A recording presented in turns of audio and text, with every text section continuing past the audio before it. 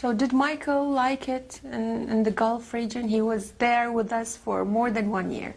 He loved it because he told me it was different, and he loved the call of prayer, and he just loved the call of prayer. Yeah, and he loved the peacefulness. It's peaceful, and you know the way the Middle East is portrayed in this world is like it's war and people ducking bombs and this and that. That's why it disturbs me. Even during 9/11, when I spoke out about how me being a Muslim doing. So many people in the Middle East want to know your story, why you converted to Islam. Sure. Well, it happened being around children, being around just innocent children. I made a trip to Bahrain in 1989, and I was with my friend Ali Gamber, who's just the most wonderful person. Yeah. Throughout all the friends I've had in Hollywood and all over the years, he's #1. And I say that in all honesty because he's a good soul. And I was around some of his family members and kids and stuff, and they were so sweet and so kind, but it was what Michael talked about the pureness of kids' questions and the laughter and everything. And I said, are all these children Muslims? And he said, yes. But even before then, I knew there was something in my soul, and I think knowing that when we were brought as a people from Africa to the States, we were originally Muslims, and it was this white slave masters that put the Christianity on us. And so I basically was going back to my roots, but at the same time, it felt good. It was a feeling that I can't explain, but we drove from Bahrain to Riyadh, and I saw prayer on the side of the road during 5 o'clock. Then we got to Riyadh.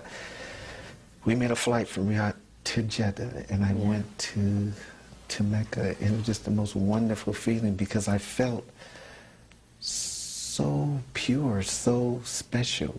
And I knew that was the connection because I had grown up as a Jehovah's Witnesses, knocking on doors, and the doors had been slammed in my face. And I remember all of this because my brother Tito and I were the two going to knock on doors. But I never felt a connection until I embraced Islam because there were always questions in my mind. How many of us are going to heaven, and what do we have to do to get there? But they could never really give me the right answers, and I didn't feel complete from the answers. When I made my journey to the Middle East and I embraced Islam, it came full circle. I called my mother and I said, I'm very happy. I'm a Muslim. She had already known.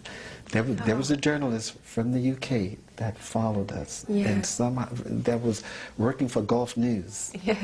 And she reported everything, and I saw me there. What did she tell you when she knew?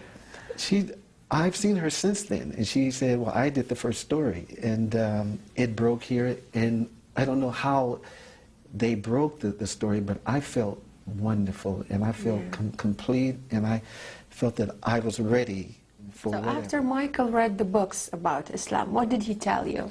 Well, Michael, I really feel that Michael was looking for that divine feeling, and I brought him a lot of books from Saudi, I brought him books from Bahrain, I brought him books from a lot of mosques in Bahrain, and he read them all.